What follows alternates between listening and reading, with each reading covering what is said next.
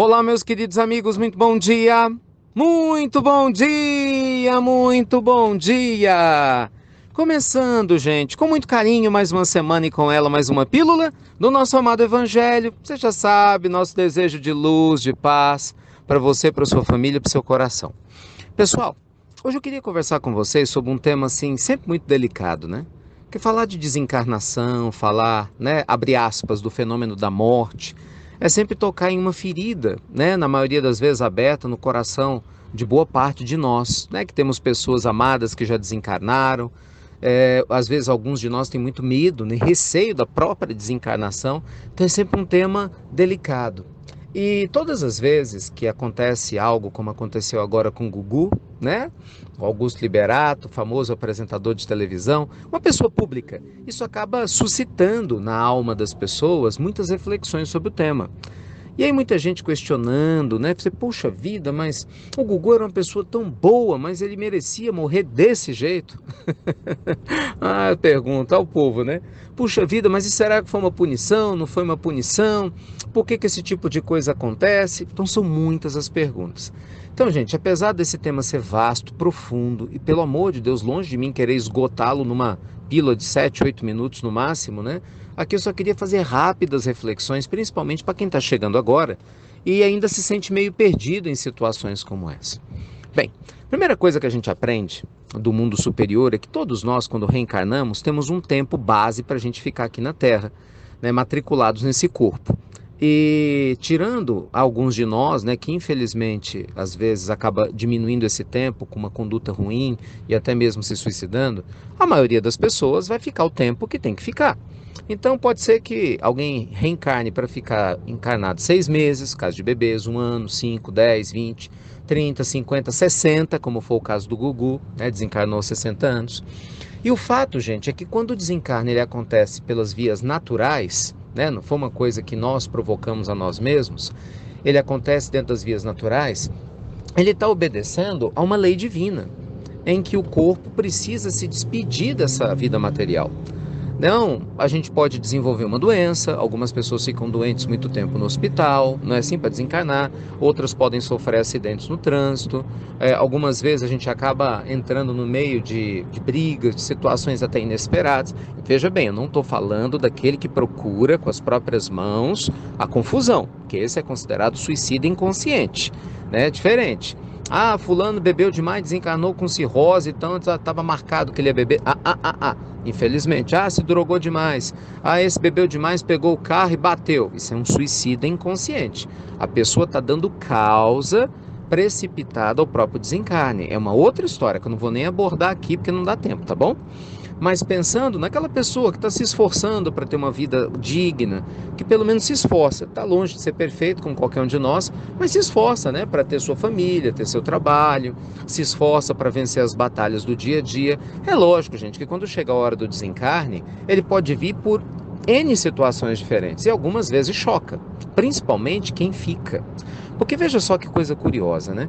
No caso do Gugu, segundo as informações que nos chegam pela imprensa, ele foi trocar um ar-condicionado, né? Foi trocar o filtro do ar-condicionado e subiu, parece que num pedacinho de gesso da casa dele, e esse pedaço rompeu. Quer dizer, ele não tinha como saber disso.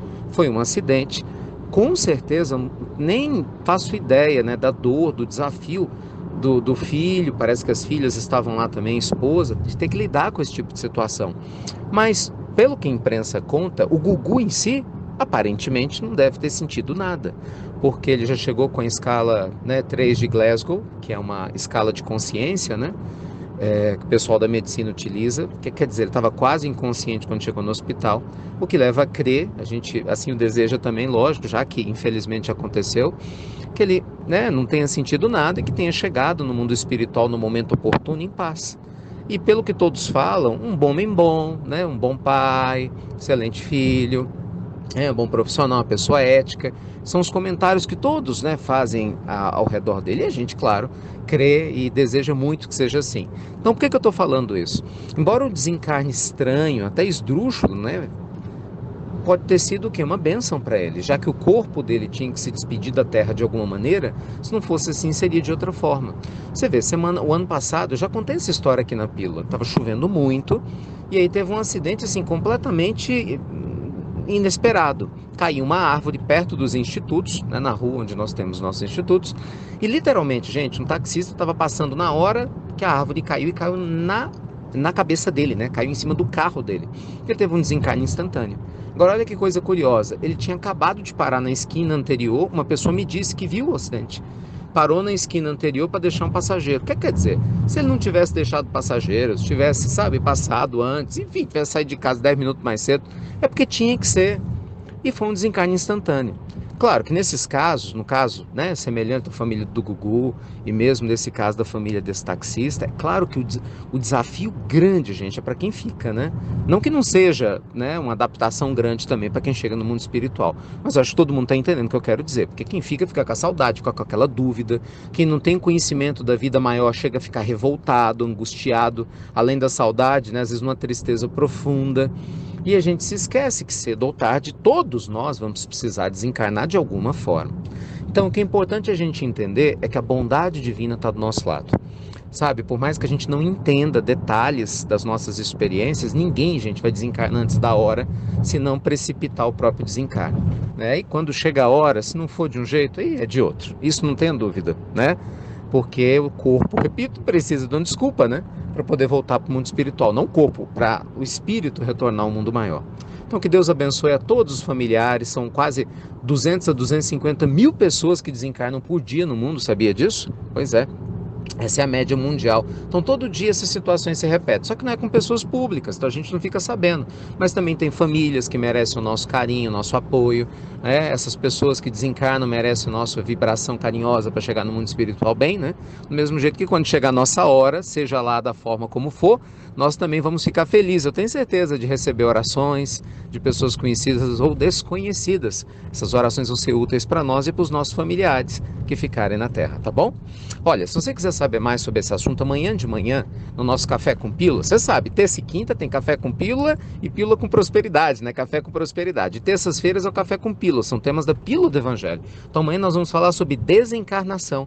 Vai ter um momento, a partir de 6h30 da manhã, nos canais do YouTube nosso, né? Do Instagram, do Instituto Ricardo Melo, nós vamos falar sobre esse assunto de desencarnação. Se você quiser e puder acordar um pouquinho mais cedo, a gente vai estar lá respondendo diversas perguntas que não dá tempo aqui na Pílula, para quem quiser saber mais detalhes e juntos a gente possa encontrar conforto, né, e apoio nas lições do mundo espiritual, né, nos ensinos magníficos do Cristo e de tantos missionários do bem que confortam o nosso coração, né, gente, gerando essa ponte de consciência que nos liga a Deus. Então aguardo vocês amanhã de manhã e também convido a vocês, quem não se inscreveu, que se inscreva, pessoal. Já se inscreveu para a nossa super maratona, última maratona do ano? Dia 2 de dezembro está começando, é 8h47 da noite, maratona sobre liberdade financeira. Lembra, às vezes você não precisa, mas seu filho precisa, sua esposa precisa, você tem um parente que precisa. Imagina quanta gente está desempregado, quantas pessoas têm confusão para construir uma carreira bem-sucedida. Isso afeta a parte espiritual, afeta o equilíbrio doméstico e muita gente não lida com isso de frente. Então, para nós, trabalhar a questão financeira é sim também um tema espiritual e fundamental. Então, se inscreva na maratona, serão 5 dias incríveis com diversos temas, 8h47 da noite, de 2 a 6 de dezembro, para ajudar você definitivamente a melhorar muito a sua relação com o dinheiro, com a prosperidade e ter muito mais paz. E é de graça, gente. É pela internet, então, onde você estiver, em qualquer lugar do mundo, você é muito bem-vindo, tá bom? Os links estão no site do Instituto Ricardo Melo, lá no site do Namastê e aqui acompanhando o banner da nossa pílula. Fiquem com Deus então, amanhã eu te vejo no Café com Pílula, hein? Luz e paz e até breve! Até muito, gente, com consciência, hein? Até muito breve.